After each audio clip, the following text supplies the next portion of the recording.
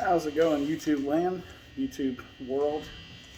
Um, Today's video is going to be sort of about this guitar, but also about a general idea more than specifically this guitar. I did a previous video where I talked about how this was my first guitar that I got when I was 6, and it spent a lot of years not having strings, electronics, anything. It was a bare body because I did something stupid when I was middle high school, probably early in high school, where I thought I was going to redo this guitar somehow. I wanted to paint it and all kind of stuff, and it started out as a completely stock, completely fine 1980-81 Hondo 2 Professional. Hondo 2, maybe made in Japan, maybe made in Korea, who knows, doesn't matter. And I kind of ruined it from where it started. But a little while back, when I was putting some pickups in another guitar, my Gibson Les Paul Special SL, I took the pickups out of it and thought, hey, I'll put them in this guitar, and I bet I've got some parts around that I could, rig up into a wiring harness. And so that's what I did. Now, it works great. Well, it works good. So just so we can hear it, turn it up real quick. If you hear the buzz in the background, my house is 100 years old. The outlets are not grounded, which could be disastrous for my gear one day, but that means that there is no ground. Sunny daylight, happy time right now, it's no problem. I've installed GFCI outlets so that at the very least I won't get electrocuted if something crazy happened, but my gear might get toasted. So I try to unplug stuff when there's bad storm or something like that. So that buzz you hear in the background, that's just the normal sound that everybody would have heard from a lot of stuff, say 50, 60 years ago. The 60s is when they started putting in grounded electrical wiring in houses, and maybe before then, but by the 60s it became pretty standard. This house is 100 years old, and nobody's retrofitted it fully. It's got cloth insulated wiring in many of these outlets. So anyway, this guitar is wired up with 2 Gibson pickups, a P90T and a P98R. No, vice versa. P90R, P98T, or P96. Got all that wrong. 490T, 490 treble, 490 rhythm. Still all wrong. Doesn't matter. Anyway, these are the stock pickups out of a 1999 Gibson Les Paul Special SL. Right. 490R, 490 rhythm, 490T. You heard the the buzz cut out a little bit there. But this sort of wiring, things are weird. Secondly, when I wired this guitar up, you'll see here this control cavity. I lost the control plate a long time ago.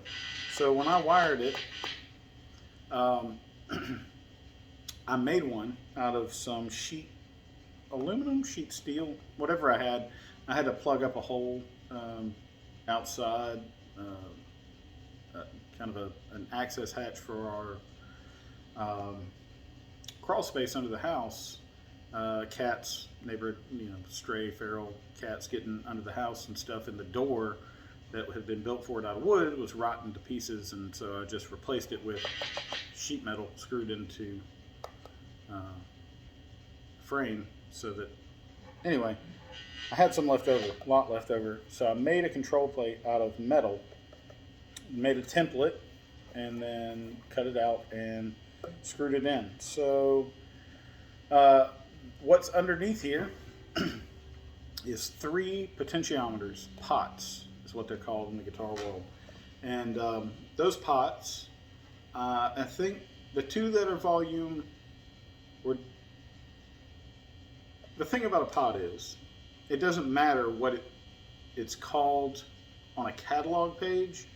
They're generally all just potentiometers. So if you got um, a former volume pot, you can turn that into a tone pot. And if you have a tone pot, you can turn it into a volume pot.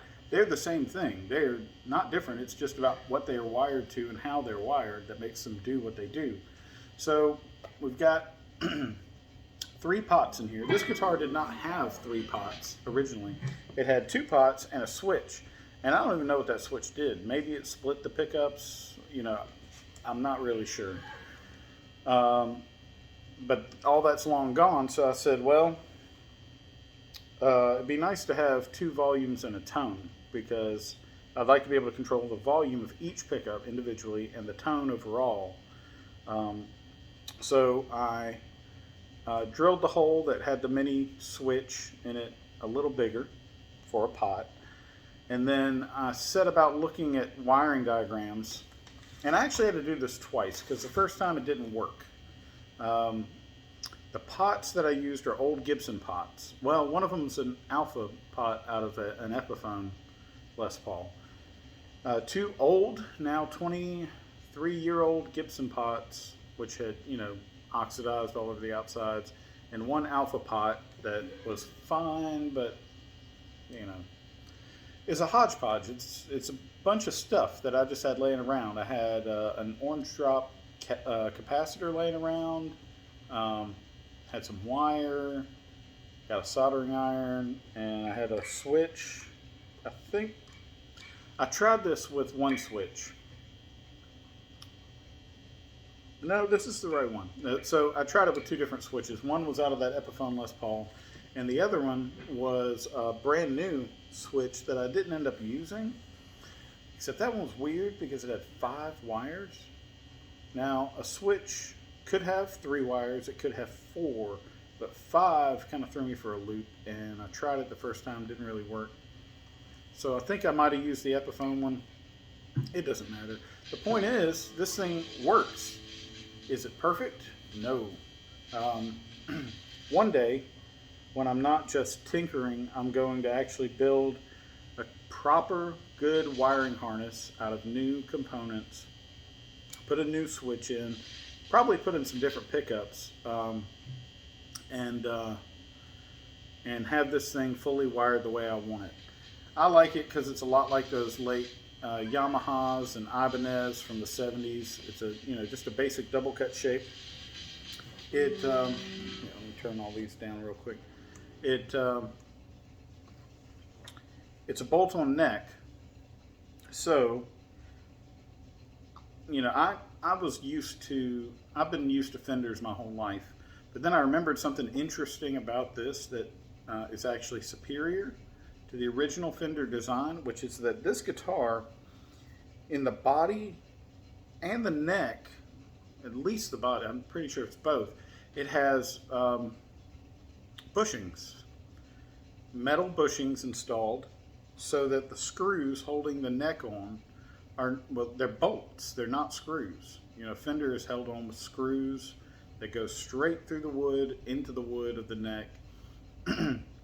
And for longevity, for strength overall, this is superior. It's got bushings that are threaded inside that, so it's metal on metal for the contacts of the bolts all the way through. So it's going to be more stable to one degree or another than a Fender. I'm not downing Fenders. I own Fender. I love Fender. I've had a lot of them. Just pointing out an interesting thing about the 80s engineering that went, or the 70s or early 80s Asian sourced engineering that went into this. Some might say, oh, well, that's compensating for bad wood. So, you know, they put the bushings in there because the wood would have stripped out.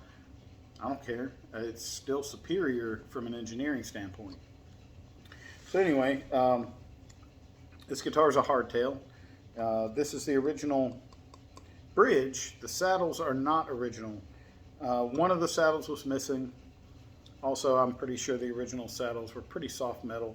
So what I did, I took some Fender saddles that I had, bent steel saddles from a Fender, They say Fender on them. They are real Fender saddles. They were too wide. I put them on. They're too wide. Now, I could have just ordered new saddles, but that cost money. I didn't want to spend any money. So I took a file and I filed the sides of these saddles down until they were narrower and they fit. They're not quite perfect. Doesn't matter. That's not the point. Again, this video is about this guitar, but it's really more about a concept, which is mess with stuff. Try stuff. Do stuff. If you don't have what you want or need, you can buy it. Guaranteed. There's almost certainly something in the world and on the internet that you can buy to fix your problem. But if you don't have the money to do it, or you don't want to just click buy now, you can make things. This is not something that it should be an alien or strange idea to us in the modern age. One of the YouTube channels I love is Mark Rober and all that he does engineering wise. This is not a feat of engineering that I've come up with here, not like Mark Rober, but it is making do. It's how the electric guitar happened to a large degree. It's how almost everything happened. You know, we say necessity is the mother of invention, but really it takes a lot of playing around and messing with stuff to get something that works. And even if it doesn't work the best, if it gets you by for the time being until you can make the best, then you've accomplished something. So anyway, this guitar has only in the last month and a half started making noise again for the last 20 plus years. And so I thought I'd play it and let you see what you think.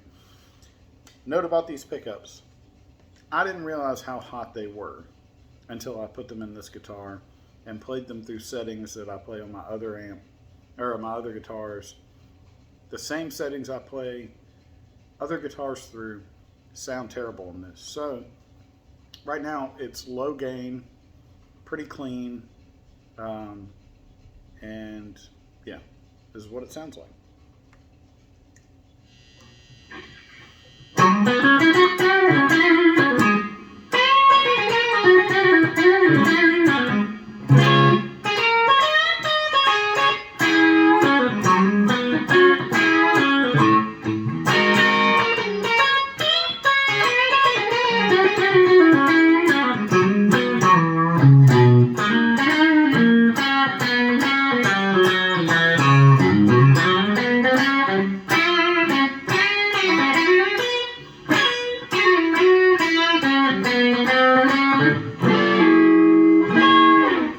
That's both pickups. This is the neck.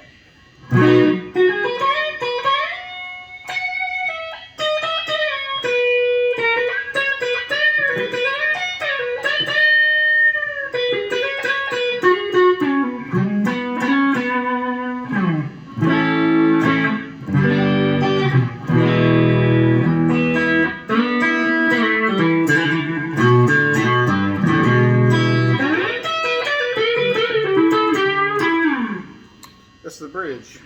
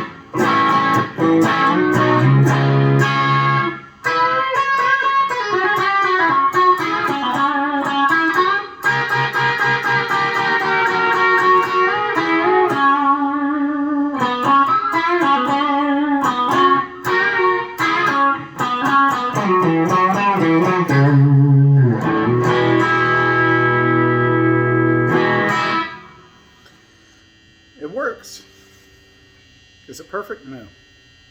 But it's pretty awesome, nevertheless. So mess with stuff. If you need something and you have tools and things around you, maybe try making it.